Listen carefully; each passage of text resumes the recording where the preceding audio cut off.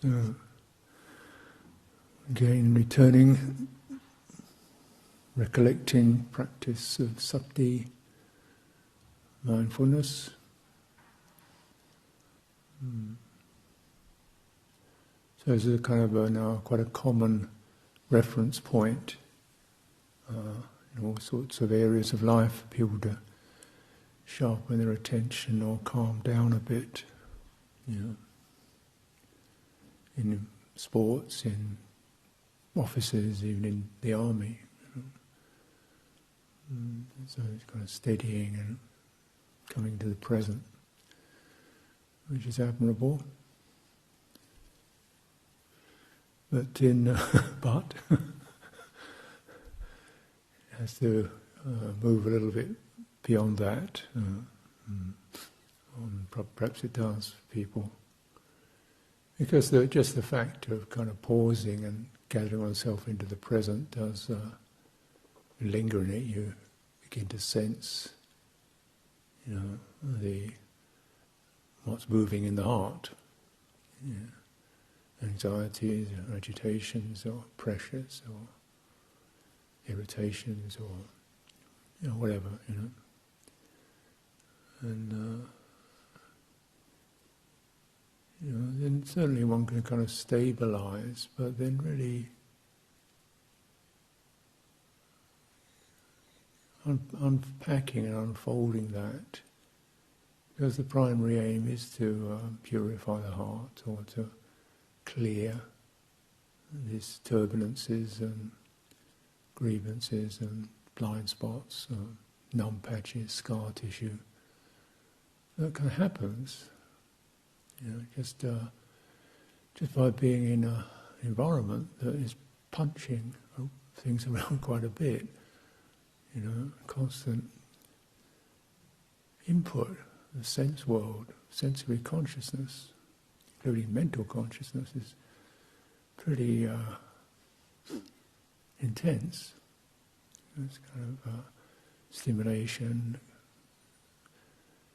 pressure, noise, hurry, business, competition, aggression, which we see manifest. So this is just emotionally very taxing to bear with. It does take energy.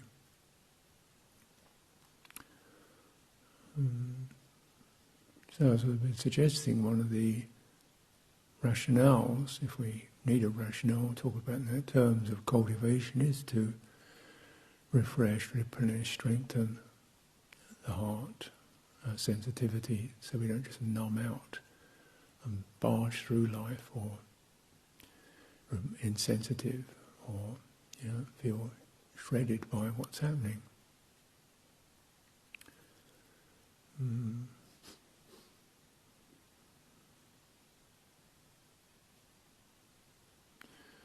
And again, in the cultivation, this citta, this is that which is liberated from the defilements and the asava, these inner turbulences of getting wound up by consciousness, by what sights, sounds, thoughts bring in, and the searching for meaning and purpose and fruition in that. Or the fruition in some kind of territory or state of identity, the becoming asava.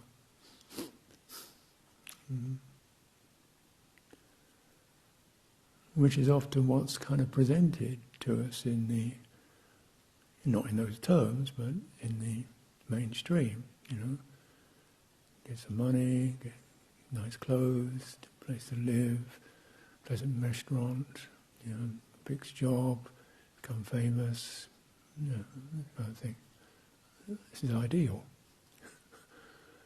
But it's far from ideal, and it doesn't really address the increasing, call it mental health issues, anxiety, fear, depression, and all kinds of psychological imbalances, because really that's the point. There's not these things are necessarily evil, but just they're not meeting the needs that we have as human beings. In fact, they are depleting us, they're draining us. The race to get all that solid and together depletes us. And the constantly, the being mesmerized by those prospects is ignorance. It's taking us away from the real purpose in our lives. A purpose that aging and death will present as, that was pretty useless, wasn't it?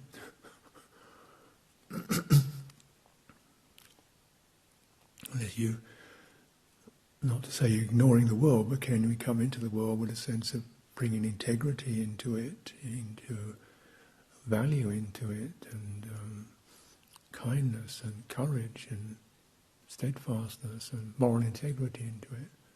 Yeah, but where do you get your resources from? How do you apply that?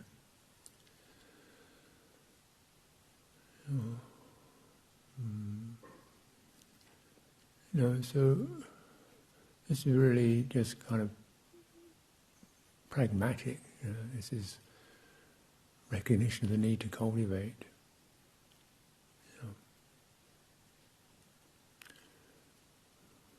So it has sati, mindfulness, got to do with that? Well, it's not just about focusing your attention on a particular thing, and steadying it, which is, fair enough. But also about creating a frame, a reference, which is reliable and steady, within which there can be a listening to and attending to and a replenishing and a support.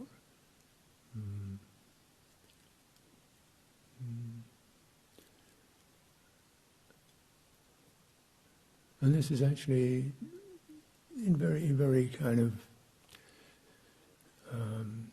brief and sometimes cryptic terms. This actually is outlined in the Satipatthana teachings.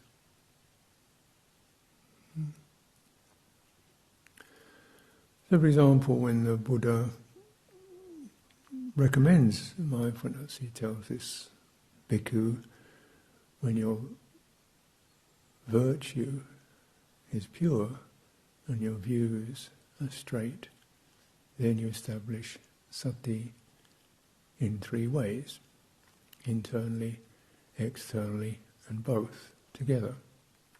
And you establish it, you place that practice, that process of the experience of your body, the experience of feeling, being touched, being affected, the experience of citta, that which is affected and touched, and moved, and on the phenomena that well up, for good and for bad, as you do that. So this reminds us, we're starting with something a little bit deeper than just placing attention. Your virtue is pure, your views are straight. And maybe if we're honest about it, sometimes that isn't the case, but okay, let's get it together, and really look into that, get that straightened out. What is it? Virtues is harmlessness, conscience and concern. One is sensitive, one is responsible, one is aware of how one affects others, one is aware of living up to the best with integrity in yourself. Non-abusiveness, covetousness, not taking what isn't appropriate, and so forth. You can find your own ways, it's outlined in those precept forms.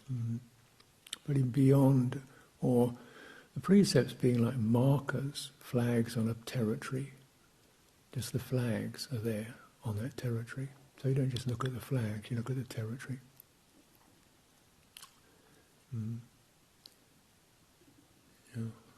Because you can get, otherwise you just get into moralising and exactly what the detail of harming living creatures is. Does that include moss or algae or practice, wait a minute, let's back off, lift from the text and get into where you feel a sense of integrity and conscience and concern.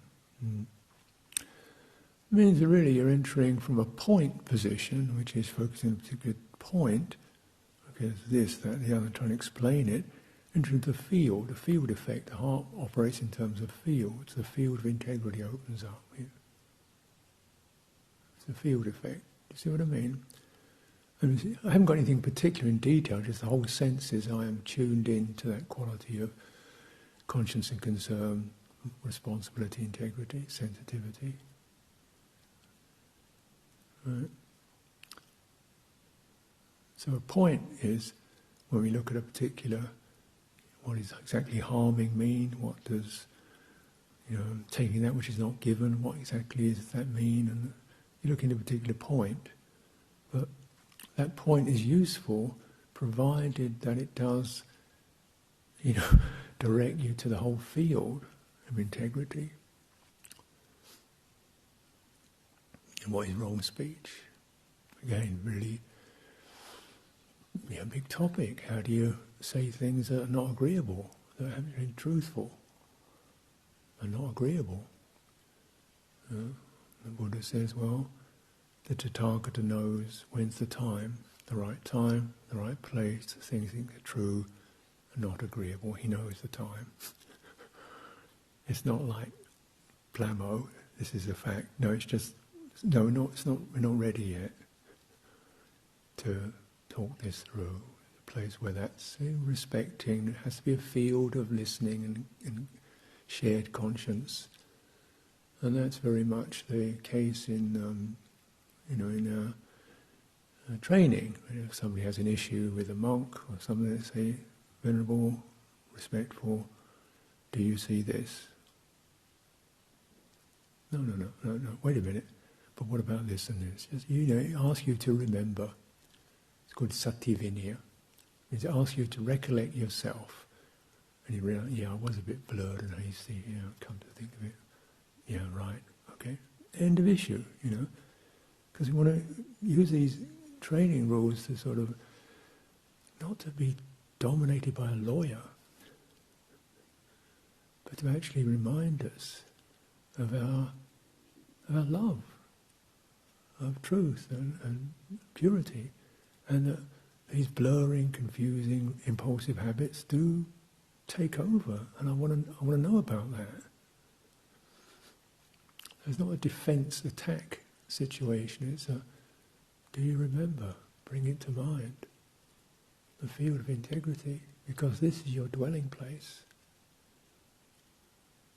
If you live here, you'll be okay. If you don't, you're in danger.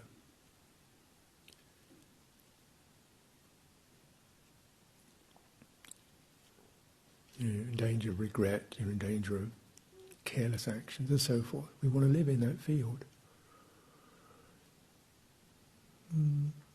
So your views are straight. And the view is there are causes and conditions that are conducive to one's welfare, the welfare of others. And the Buddha again was quite clear on that. Not just for my welfare, not just for other people's welfare, but when those two come together, I feel confident that's the right line. Conditions, not self, not you or me.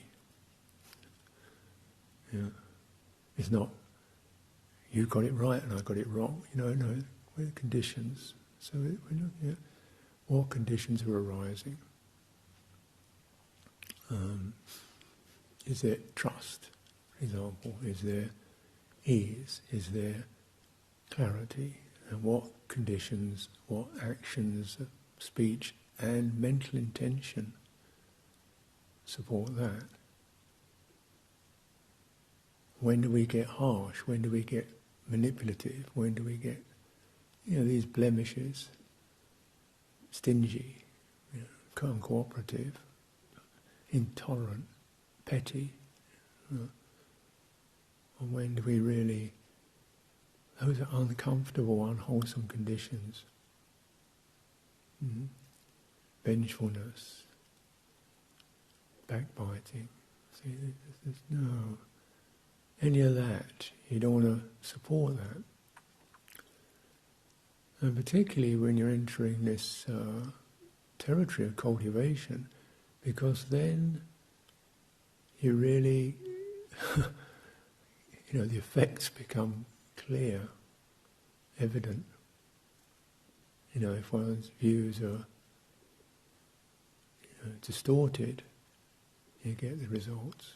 Because then when you cultivate through sati and through holding that frame of reference, you do enter the heart, you become conscious, aware of what's going on at depth levels.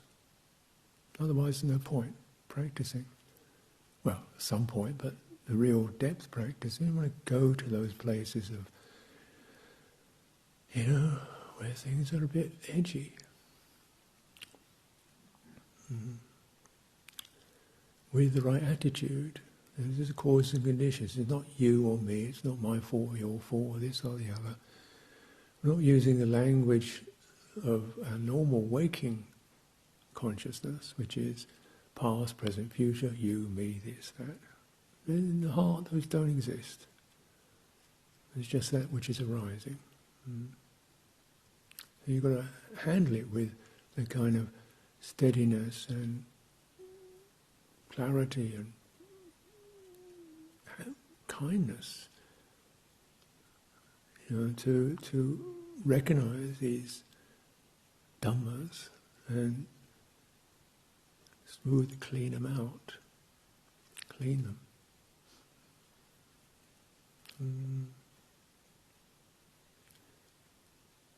Then even that attitude in mind, maybe it's not, you haven't accomplished it yet, but that's what you're doing.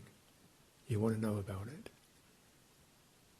And so it's not, I've got great mindfulness, I'm really focused and concentrated, I can't practice mindfulness. There's a lot of self-view in that.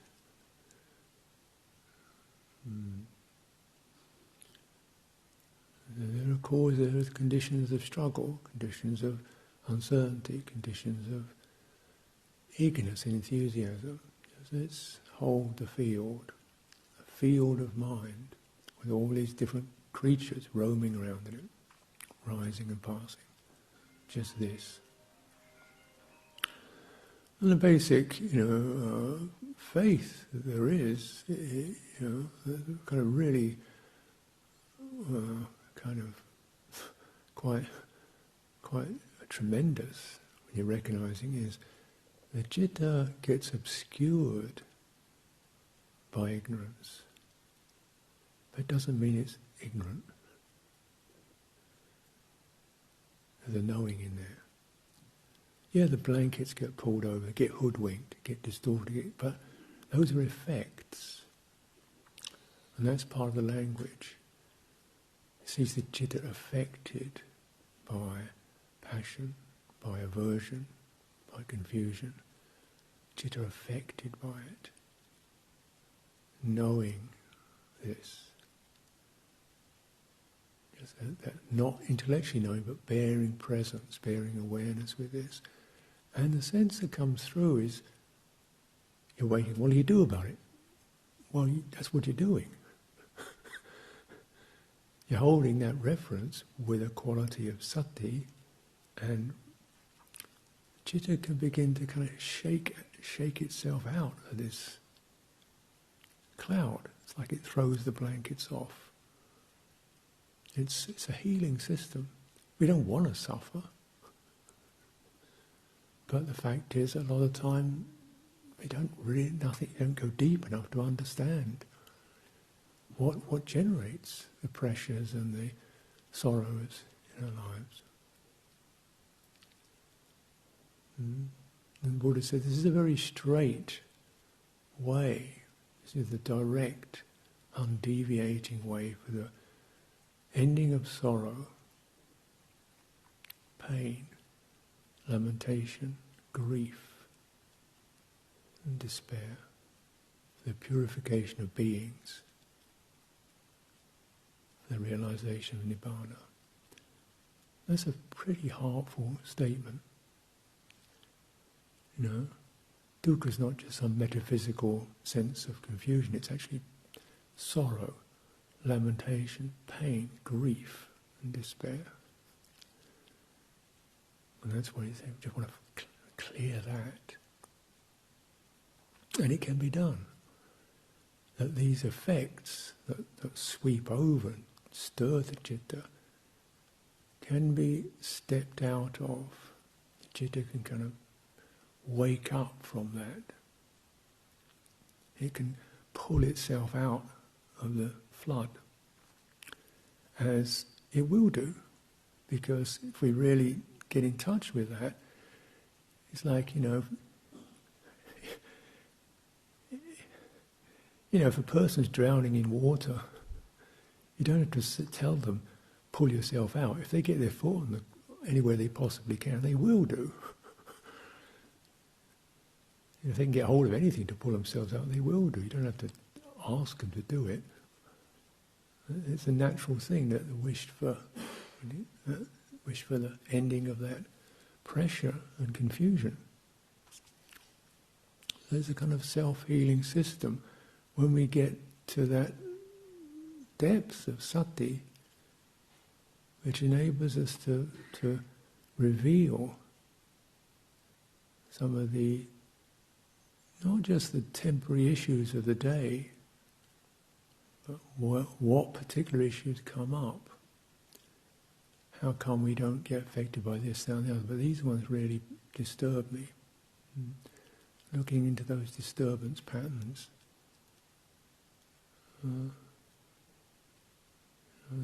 Can there be awakening to that? And the knowing, the citta then becomes the knowing of that. The knowing doesn't feed the hindrance. The hindrance begins to abate. Just like if you're flapping around in water, you stop doing it, the water settles down. Pull your hand out, end of that. Now, of course, this is a beautiful possibility, but that sense of depth, penetration, is requires some coaching and some sources, some resources.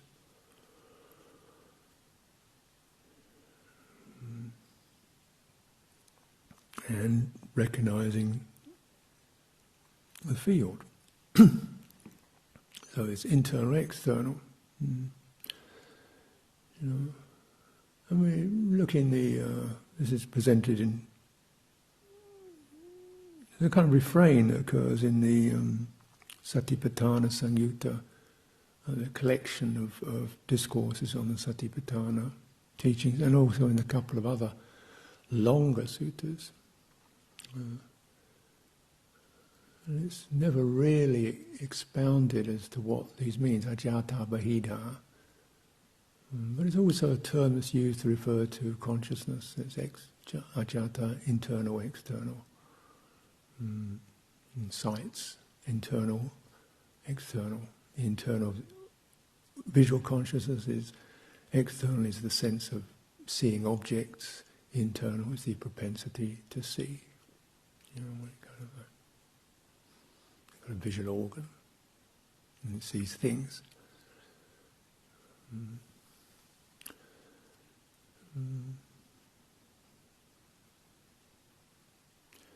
So we come to the sense of how the body experiences that. Well, the body can experience, touch that happens to it, external, and then the sense of being a sensitive body, which is the internal aspect.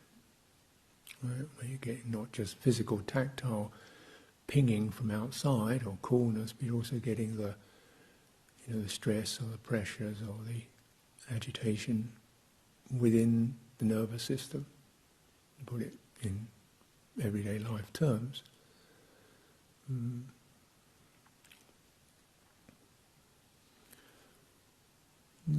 we'd come to, so then, then you're opening the whole field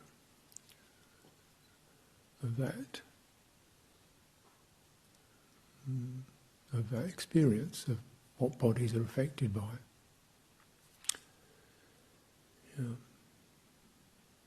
And how external effects, cold can make you agitated. Or you can just sense it there. I was doing some walking meditation, cold weather, shaved head. You feel this kind of experience happening on the scalp. And I stopped calling it cold. I just felt it as sensation. And I could visualize it like a kind of something, cat scratching my head or something like that, It's just the twirls of sensation, taking away the word cold, or whatever that's. The internal agitation wasn't there. That cold, brr, where's my hat? I've left my hat somewhere. Or where's I going to go get my hat? That internal agitation, it can go internally. Just as cold, as that sensation's occurring. Mm-hmm. And the body can deal with it.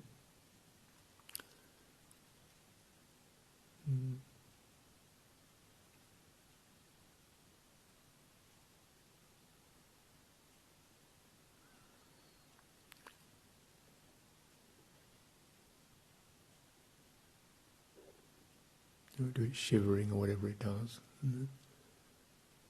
Internally one remains unflustered.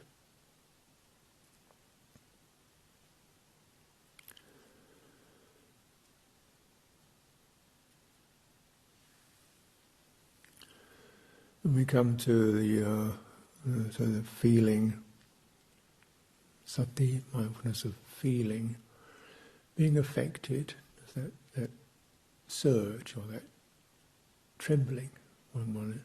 That's the experience of feeling, isn't it? Suddenly contact happens, the immediate sense is, if there's that doesn't happen, no feeling, you don't have contact. In the contemplative sense, contact occurs when there's that, that's called feeling, Vedana. So it's very basic. That the word Vedana means that by which one is able to know something. Like Veda, the Indian term Veda was the knowledges, 4 Vedas. So Vedana is that one which enables you to have not intellectual knowledge but direct experience knowledge. That moved me. And it can move you in terms of pleasure or pain, agreeable or disagreeable. Just notice being affected, that shifting. And you realise it's happening, if there's any contact at all, that happens.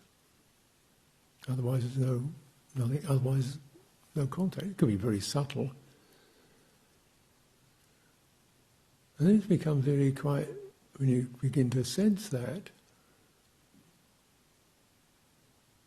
it generates that awareness of that, generates some real sensitivity, but also some dispassion. It's that movement again, and you're not particularly interested in having a lot of it, because it's just the movement again. Let it go. If it produces skillful states, fine, but it's just that movement, stimulation. You don't really interested in a lot more of that, because what does it do? It just, the whole system shudders a bit, trembles a bit. Then we go again. And this is really important, in my opinion, because it's actually in general, people are quite hooked on feeling. Let's go to kind of a dance or something, listen to music, because it feels good. Yeah, okay. And then?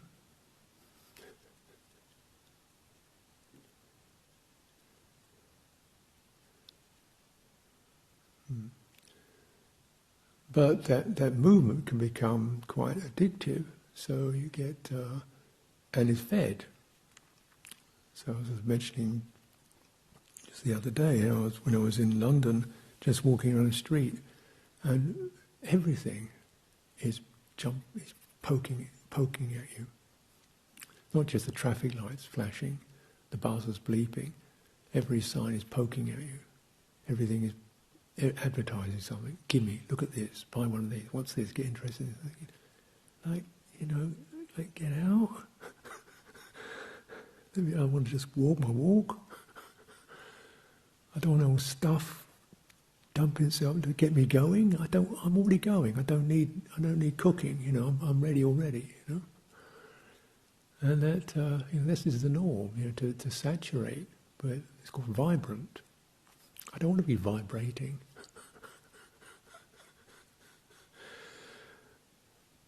Even with agreeable things, it's not necessarily, painful, but just the constantly vibranting is, after all, just a bit stressful. And we say external feeling. Feeling based on the situation you're in. A lot of sounds and sights and things going on, then that definitely triggers things. And of course, internally, you get ideas and feelings come up, moods, you get agitated around, and more of that. Like just kind of cool a bit, release some of this. And then, it's just that feeling is feeling, doing what feeling does.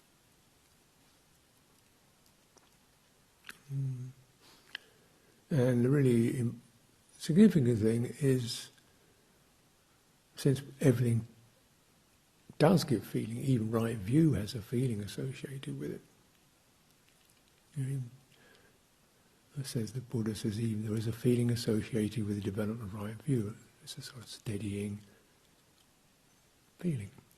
You contact something, and something lines up. You feel you're in line. You're steadied. And that feels good.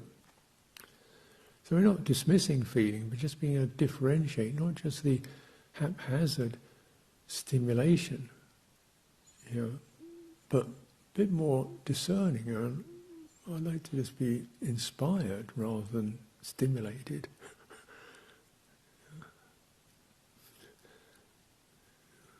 That which gives rise to a sense of inspiration, which is a heart movement, or calmed or cooled, or welcomed, that which gives rise to wholeful dhammas. They can be felt and they have their effect, and they tend to establish particular heart patterns. What do I mean? I mean, this feeling connection is what we get established. I go to that place where I go every Friday night for one of those, or I start to expect you to give me a feeling, and I get disappointed if you didn't give me that feeling. So it establishes certain patterns of expectation, and need. I always get my feel good from that morning cup of coffee and having a chat. And that's gone, and I feel a bit lost, and because my patterns aren't being followed. I mean, then it's relying upon circumstance, which is changeable. So really, wise person doesn't want to have to depend on that,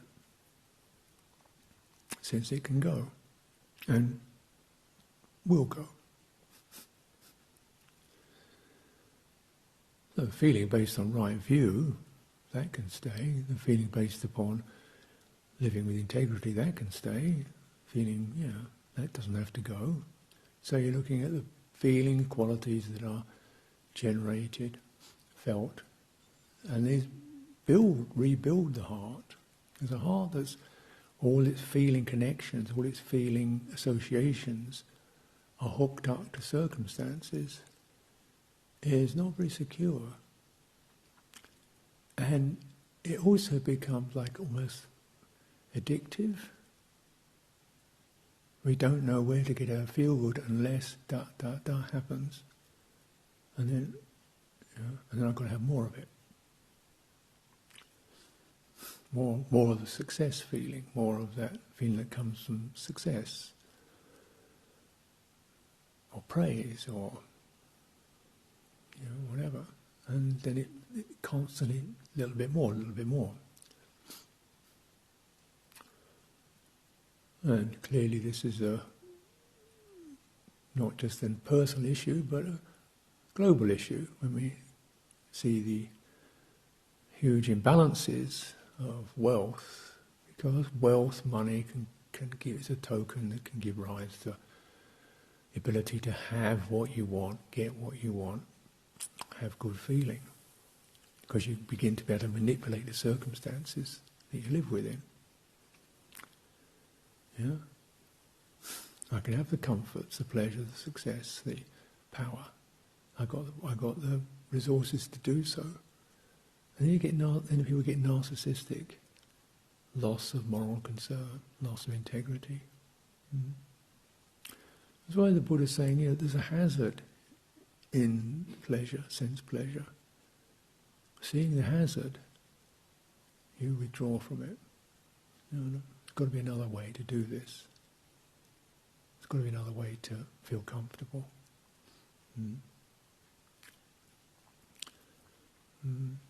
So the feeling, contemplating that, the arising and passing, and the skillful and unskillful states that they give rise to.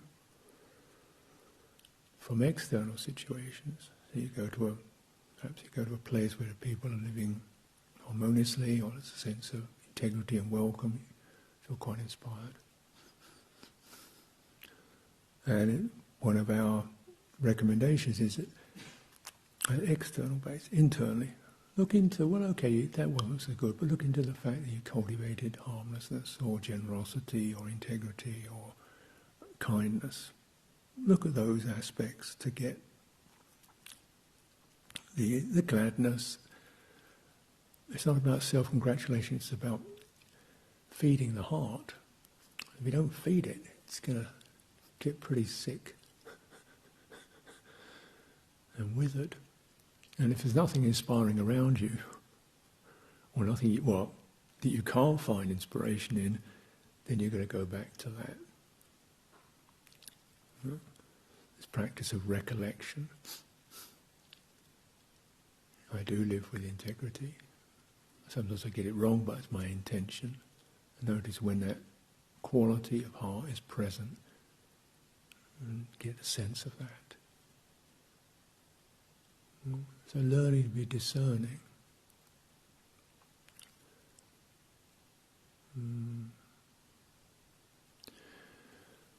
A lot of these mindfulness are often associated with mindfulness of breathing. It's a very standard practice, because the feeling of mindfulness of breathing is you don't have to work at it. I mean, if you get around the right way, everybody breathes. It's no questions asked. How good you are, how bad you are, breathing happens. But certainly, because it's affecting and touching into your nervous system, you'll certainly notice agitation, stress, pressure. When that occurs, forcefulness, harshness, and you begin to also notice through mindfulness of breathing, you really use the breathing to provide that steady, rhythmic template that saturates the field of the body. The sense of having a body, all of it can be experienced as somehow subtly touched. Could be just steadied. It could be just opened, relaxed, or something in your diaphragm softened, or something in your throat opens up, or some nagging agitation begins to ease up in the field. Because your breathing crosses a boundary that really doesn't exist. The boundary between the heart and the body, which we tend to call it mind is separate from body. Well, in breathing, that's not, what you think, what your attitudes are, is definitely going to affect your breathing. No? You know how many people put pressure on themselves to try to get their breathing right, to be mindful of it, and they get tense and tight. Right? How many people got to do some system, count the breaths, and then get into this feeling of can't do it. Wait a minute, that's number 9. Wait, how many numbers is that? See, really approaching it in a you haven't entered the breathing. You have an idea of it. You haven't entered it. It's one of the references to Dhamma and to Samadhi and to Dhamma practices you enter. When we look at words like patipanno, it doesn't translate as rightly practiced, which is okay, but more accurately it means panno, you go into. You go into the goodness. You enter it, you immerse yourself in it, which is slightly different. You really go into the breathing and let the body do the breathing and tune into it. And this, you can see in the Anapanasati how that segues from what seems to be body through this kaya sankara nervous system into qualities that we'd associate with emotion, like rapture and joy and ease and calming the citta. How did that happen? Because the two are mutually dependent. So in gladdening the body at this level, at the nervous energy level, if you like, or somatic level, naturally the heart is gladdened. And if we are grumpy, compressed, stressed, then that's going to have its effects too. So this is a great way to really check in what's happening,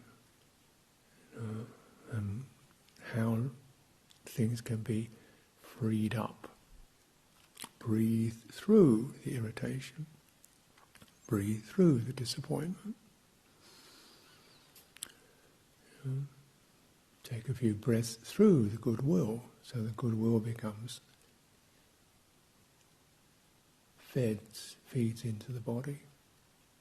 You get the brightening effect. You get the brightening effect of honesty. Whole body begins to open to that. Yeah? So when the people are inspired by the samanas, because your countenance is serene, your faculties are serene and bright. Yeah? And you're living on a bunch of straw, eating scraps of food and rags. I don't get it. Well, this is how it happens.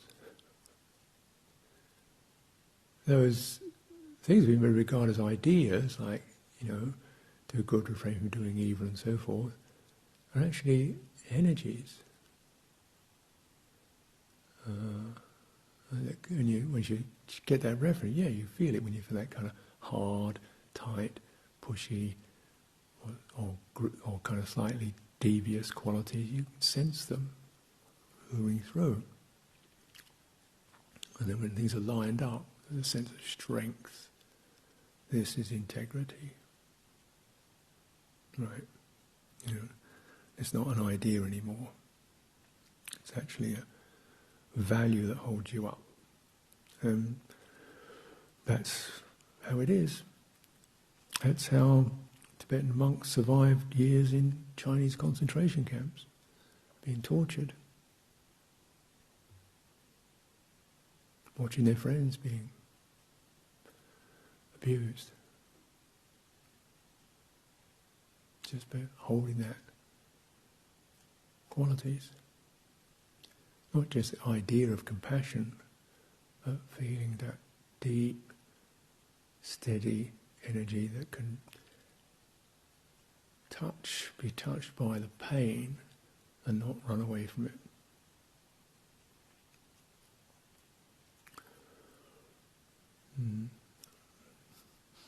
So, and what holds that frame of reference is sati. Let's stay on the topic. It's not about rushing off and judging other people, which is, you can do that, but that's not going to get you out of dukkha. It's not about wondering how you got in such a mess.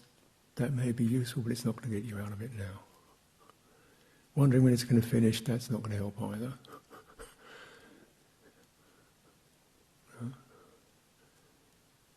Hold it carefully, breathing through. The qualities, the energies, the felt energies that shifting through the system begin to take away the retraction, contraction, the scatteredness of the citta. When pain hits it, particularly psychological pain.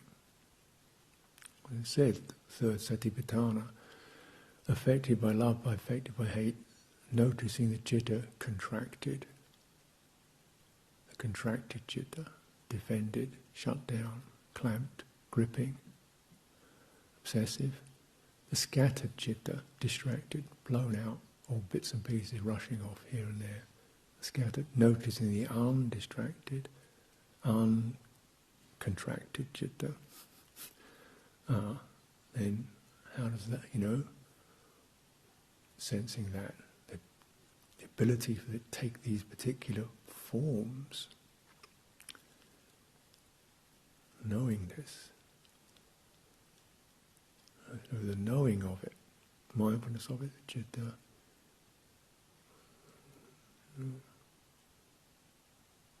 and step out. And clearly, if one's wise, one can begin to review those, where this is, how this is being triggered. But for now, we want to just take that coming out. Get the arrow out of the body first, then figure out where it came from, and who shot it and why.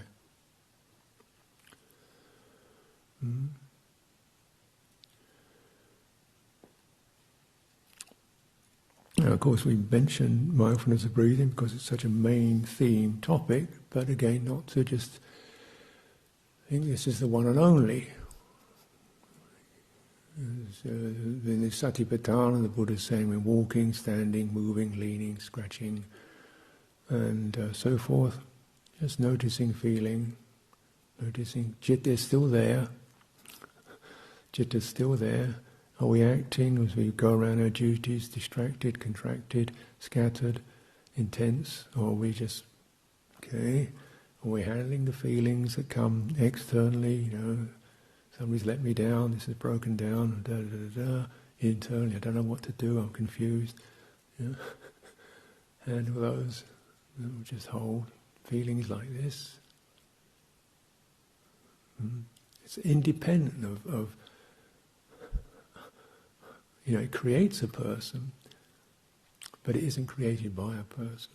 It creates the personal profiles, and that's why you want to liberate yourself from those personal profiles,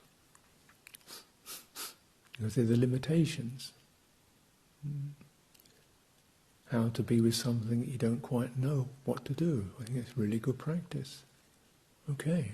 I feel confused, I feel like an idiot, I don't know what I'm capable. Good, bring it on. Let's stay with this. Settle the feeling and just start, looking into it. keep a sense of integrity and clarity, and we'll work it out. Also, we're as good as we can be. Yeah. You don't have to be an expert in life. You just want to be as good as you can be, and trust that in all things. Do your walking, in walking meditation, just do it like walking. It's not some kind of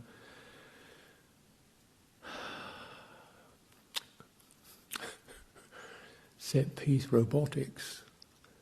It's about feeling the most comfortable, steady way in which your walking can give rise to, skillful, comfortable feeling. Comfortable is also based upon mindfulness, non-hurry, non-obsessive. You could create all kinds of lists around that, but this is where you need that sensitivity to recognize when you're pushing too hard or you're just going automatic. Very common in meditation practice to go automatic because we're doing the same thing over and over again.